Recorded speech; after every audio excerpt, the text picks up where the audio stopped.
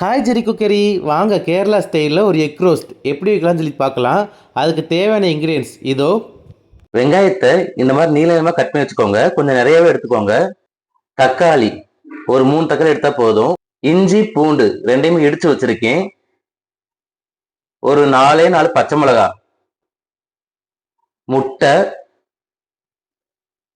உப்பு, சீரகத்தூள், மிளகுத்தூள், சோம்புத்தூள், மல்லித்தூள், தனி மிளகாத்தூள். இவ்வளவுதான் நம்மளுக்கு தேவையான இன்கிரியன்ஸ். வாங்க இப்போ எப்படி வைக்கலாம்னு சொல்லி பார்க்கலாம்.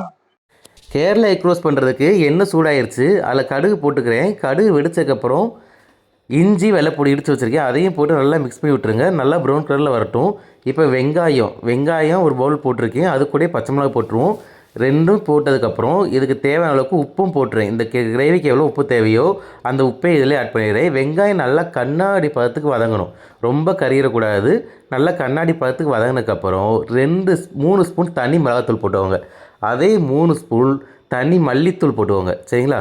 இது கூட என்ன பண்ணுறீங்க பார்த்தீங்கன்னா 1.5 ஸ்பூன் சோம்புத்தூள் போடுங்க. 3 ஸ்பூன் தனி மிளகாத்தூள், 3 ஸ்பூன் மல்லித்தூள், 1.5 ஸ்பூன் சோம்புத்தூள், 1.5 ஸ்பூன் சீரகத்தூள் போடணும்.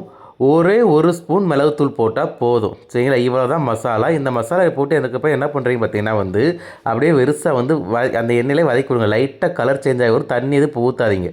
சரிங்களா? லைட்டாக வதக்கி விட்டதுக்கப்புறம் நம்ம கட் பண்ணி வச்சுக்கணும் தக்காளி. அந்த தக்காளியை ஆட் பண்ணிங்க. தக்காளி ஆட் பண்ணதுக்கப்புறம் அதையே வதக்கி விடுங்க. தக்காளி ஃபுல்லாலாம் வதங்காது, ஓரளவு தான் வதங்கும். அது கூட என்ன பண்ணுவோம் பார்த்தீங்கன்னா, இந்த குழம்புக்கு தேவையான அளவுக்கு தண்ணி ஆட் பண்ணிடுவோம். சரியா? தண்ணி ஊற்றிட்டு எவ்வளோ கிரேவி வேணுமோ அந்த அளவு தண்ணி ஊற்றிக்கோங்க. தண்ணி ஊற்றி ஒரு மூடி போட்டு ஒரு 10லேருந்து 15 நிமிஷம் குக் பண்ணுங்கள். சரியா? குக் பண்ணதுக்கப்புறம் என்ன ஆகும்னா, அந்த வெங்காயம் தக்காளி எல்லாமே நல்லா மேஷ் பண்ணி விடுங்க. மேஷ் ஆகி நல்ல ஒரு கிரேவி கன்சிஸ்டன்சிக்கு வந்துடும்.